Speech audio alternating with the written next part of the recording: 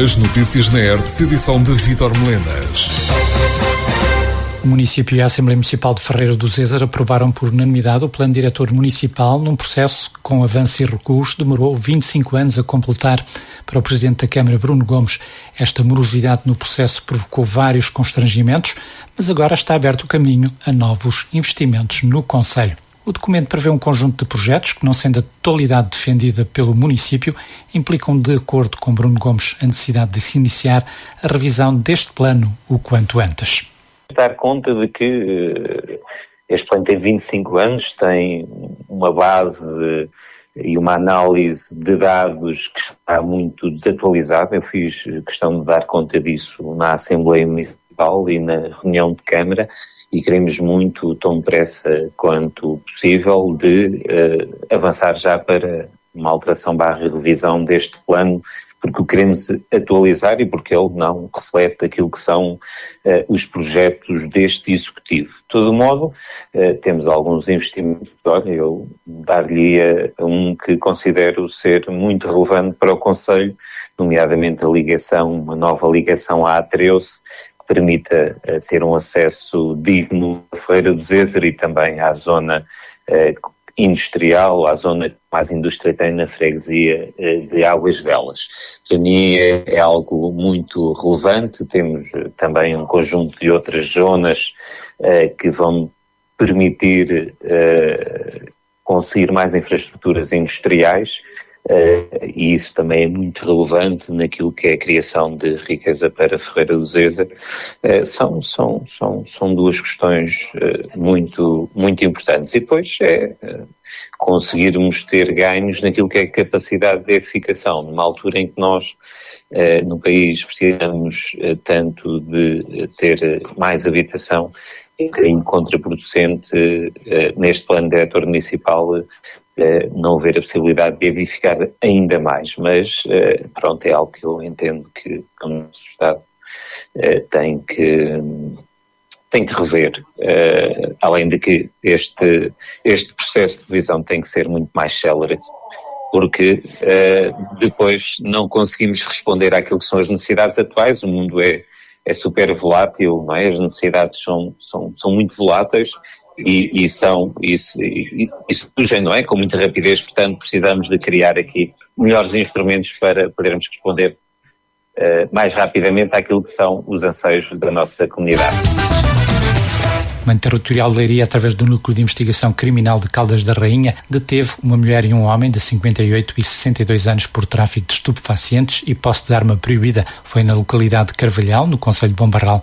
Na sequência de uma investigação por tráfico de estupefacientes que decorria há cerca de um mês, os militares da Guarda deram cumprimento a 3 mandados de busca, uma domiciliária e 2 em veículos, na localidade de Sobral do Parelhão, na localidade de Carvalhal, que culminaram no desmantelamento de uma estufa e equipamento diverso de apoio à produção de cannabis, bem como à detenção dos 2 suspeitos. No decorrer da ação foram apreendidas 4 plantas de cannabis, 530 doses de cannabis, 2 caçadeiras, uma arma de fogo transformada, 449 cartuchos, 210 euros em numerário. Os detidos foram constituídos arguidos e os factos foram comunicados ao Tribunal Judicial de Caldas da Rainha. Rádio Hertz, a primeira a informar. 2 militares da Guarda Nacional Republicana de Almeirim foram atropeladas por um automóvel. Assim aconteceu na rua Dionísio Saraiva durante a tarde desta segunda-feira, precisamente na altura em que as operacionais abordavam um casal suspeito da prática de furto naquela cidade almeirense. Uma das militares terá mesmo ficado com um pé partido, sendo que ambas tiveram de receber assistência no hospital de Santarém. As autoridades estão ainda à procura do casal, que continua em fuga. Rádio Hertz, informação. O município de Tomar não vai recorrer a incentivos para atrair e fixar médicos no concelho. Os pormenores com o António Feliciano.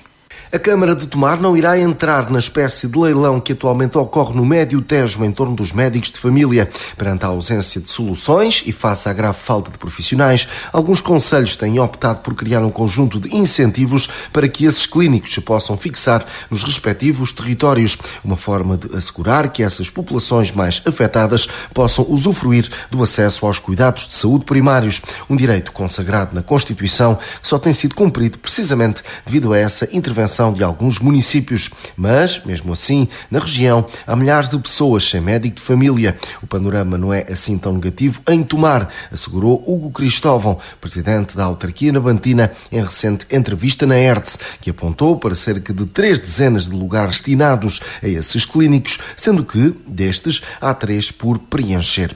Porto da Laje, Curvaceiras e Santa Cita serão, nesta fase, as situações mais complicadas. Questionado sobre se a Câmara equaciona seguir o caminho dos incentivos para atrair mais profissionais, Hugo Cristóvão foi claro na sua posição, assegurando que esse caminho não é o mais correto. Não me parece correto. Chamemos-lhe lá o que quisermos, não me parece correto. Primeiro, porque é de facto entrar Os municípios competem entre muitas coisas, em algumas coisas de maneira positiva, outras às vezes não tão positiva. Eu acho que neste caso é daquelas que não é positiva. Apesar de perceber porque é que num ou outro concelho isso acontece. Se eu fosse presidente de Câmara de um concelho com 3 ou 4 ou 5 mil habitantes, que tinha lá 1 ou 2 médicos e faltavam os 2, e portanto o meu concelho não tivesse lá nenhum médico, eu se calhar tinha que dar uma absoluta prioridade a esta questão, encontrar fundos orçamentais e mesmo que fosse lá o que fosse, tinha que fazer isto. Ora, eu não acho isto correto. No dia em que eu encontrasse aqui alguma forma de compensar um para vir, bom, naturalmente, e com toda a legitimidade, os outros iam pedir exatamente a mesma coisa. E é um pouco nisso que estamos neste momento entre concelhos, nos concelhos que entraram nessa questão. Eu até posso dar o exemplo, se calhar não devia, mas vou dizê-lo. Eu já houve um médico que se disponibilizou para vir precisamente para um destes locais que estava em falta. Preferia vir para Tomar do que no sítio, no concelho onde estava, que não vou dizer qual é. Mas pediu que a Câmara fizesse o que essa Câmara lá está a fazer, que era, além do seu salário, dar-lhe 25 euros por hora. Ora, eu não acho isto correto, quer dizer, acho que não podemos andar a competir na área da saúde. Quando se diz que não é correto, poderá ser ilegal? Eu aí não tenho... Haverá formas legais, provavelmente. Também parece que se calhar num caso ou outro essa legalidade poderá estar a ser ultrapassada, não sei, ou seja, não sei efetivamente com que meios ou com que formas é que essas compensações estão a ser pagas. Rádio Hertz. Informação. O Presidente da Junta de Cargueiros, Francisco Santos, revelou aqui na Hertz que a freguesia herdou recentemente um conjunto de 11 apartamentos que colocam à Junta um grande desafio até ao final do atual mandato. O processo da tomada de posse deste património está ainda a decorrer, mas vai representar para a Junta de Freguesia, uma vez concluído, um rendimento muito significativo que pode vir mesmo a representar a autonomia financeira daquela Junta de Freguesia. Veio um desafio muito grande para Cargueiros, pois a Junta foi herdeira de uma benemérita da freguesia e, portanto, vai ser um desafio grande para quem estiver na Junta, não eu, ou outro. Portanto, o Presidente da Junta que vier para Cargueiros, que ficar em Cargueiros agora nestes próximos anos, vai ter um desafio muito grande. Para já vai ter uma fonte de rendimento brutal para a freguesia de Cargueiros, porque herdamos 11 prédios em Tomar. Portanto, Cargueiros vai ter uma fonte de rendimento própria e temos o desafio em contrapartida desta herança, de criar um lar ou um centro de dia, mas pronto, isto ainda está tudo muito a cru, pois fomos apanhados de surpresa há pouco tempo, portanto, estamos a tratar de tomar posse da herança, de começar a avançar com todo o processo que o testamento exigia para poder tomar posse e penso que é isso que toda a população quer, e tomarmos mesmo posse da herança e avançar para o centro de dia, para o lar. Ainda não, pronto, vamos ter que reunir com toda a gente, o testamento tem cláusulas, portanto vamos ter um desafio muito grande para Cargueiros e penso que realmente foi ouro sobre azul que caiu em Cargueiros agora. O próximo ano será então um ano de trabalho à volta sobretudo deste processo, é isso? Sim, ou destes dois processos. Sim, vai ser, portanto, porque já fomos também, eu e o outro elemento de ajuda, já fomos visitar alguns dos apartamentos, são apartamentos que estão a precisar também de muitas obras, portanto, mais tudo, temos que começar a trabalhar na reconstrução, na habitação daqueles prédios, ainda mais com uma falta de habitação que há em Tomar, portanto, penso que será uma mais-valia também pôr aqueles prédios todos, porque não estão só estão 2 ou 3 alugados, também tem um comércio que está alugado, portanto, mas pôr aquelas habitações todas a render, portanto, a começar a Junta a tirar proveito de que nos foi deixado, claro.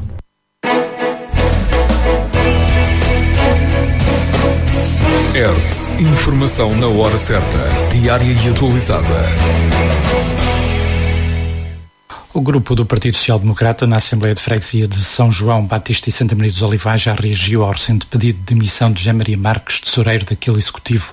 Em comunicado enviado para a redação da Hertz, o PSD assegura que este cenário, não sendo uma total surpresa, trouxe à tona guerrilhas internas mal disfarçadas ao longo dos últimos anos, com prejuízo para a freguesia. O timing escolhido é demonstrativo da incapacidade de colocar o superior interesse dos fregueses acima de qualquer outra questão de índole particular ou partidária, refere esse mesmo texto, onde as críticas sobem de tom, desde logo devido à proximidade do final do mandato autárquico e do início do processo relativo ao orçamento para 2025. Os sociais-democratas falam mesmo em grande irresponsabilidade e menosprezo pelos fregueses.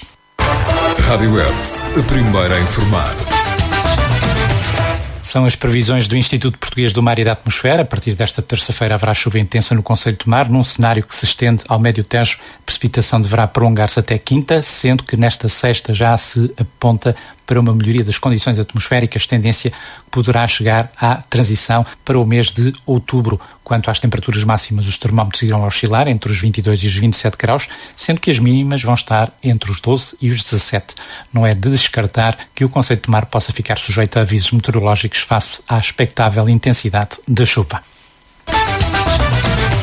A Câmara Municipal de Vila de Rei vai juntar-se às celebrações do Dia Mundial do Turismo, que se comemora no dia 27 de setembro. Assim, até sexta-feira, a Câmara Municipal de Vila de Rei desafia os seus habitantes e visitantes a partilharem nas suas redes sociais fotos que apresentem e exibam os miradouros de Vila de Rei. Os perfis das redes sociais do município irão depois, todos os dias desta campanha, selecionar e partilhar uma das fotografias postadas. As fotos partilhadas pelo público deverão identificar os perfis do município de Vila de Rei. O Dia Mundial do Turismo é celebrado desde 1980 pela Organização Mundial do Turismo. O objetivo deste dia é aumentar a consciência sobre o papel do turismo na comunidade internacional e demonstrar que ele afeta os valores sociais, culturais, políticos e económicos em todo o mundo. Rádio Hertz, a primeira a informar.